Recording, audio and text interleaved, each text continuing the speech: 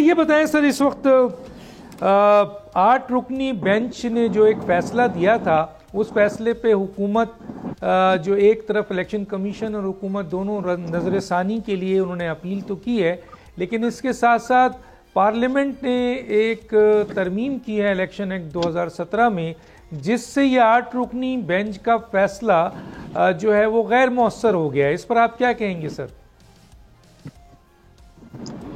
Doctor साहब, जो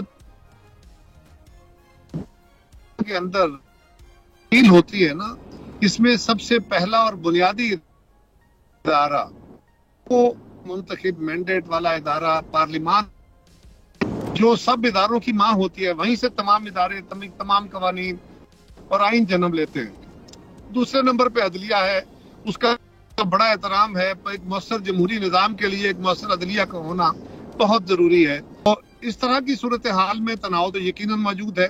देखना यह है कि पार्लियामान ने क्या अदलिया पे कदगन कोई लगाई है। पहली बात यह है कि पार्लियामान का अगर तो एक है प्रिंसिपली अगर उनका इस्तेहकाक देखना हो तो बिल्कुल ये पार्लियामेंट का इस्तेहकाक है। वो सुप्रीम कोर्ट की जगह एक नई अदालत खड़ी कर दे, वो सुप्रीम कोर्ट के लिए नए कानून बना दे, सुप्रीम कोर्ट के इख्तियार के साथ एक नई आईनी अदालत खड़ी कर दे। ये उसका इख्तियार है, उसको चैलेंज नहीं किया जा सकता। लेकिन सुप्रीम कोर्ट का भी अपना एक इख्तियार है, वो भी उसको आइन ने दिया है, पार्लियामान ने दिया है, तो उसको भी देख के चलना है।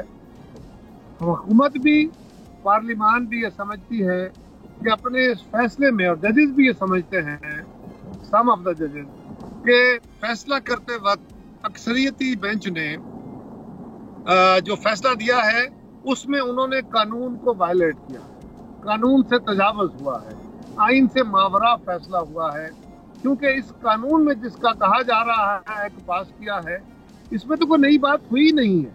ये तो सेम वही कानून है जो पहले से मौजूद था, और उसमें सिर्फ एक चीज के इस कानून को किसी अदालत में चैलेंज नहीं किया जाएगा, इसके अलावा और कुछ नहीं है। और ये पहले से मौजूद है। मुझे लगता यूं है कि पार्लियामान ने इन इट्स विजडम ये किया है कि अदालत के साथ तनाव न बढ़े, बल्कि अदालत को याद कराया जाए कि जनाब एक कानून है, उसके लिए पार्लियामान ने इस कानून को रिएट्रिएट करके और दोबारा लागू कर दिया है। सब्सक्राइब करें और बेल दबाएं ताकि कोई खबर रह न जाए।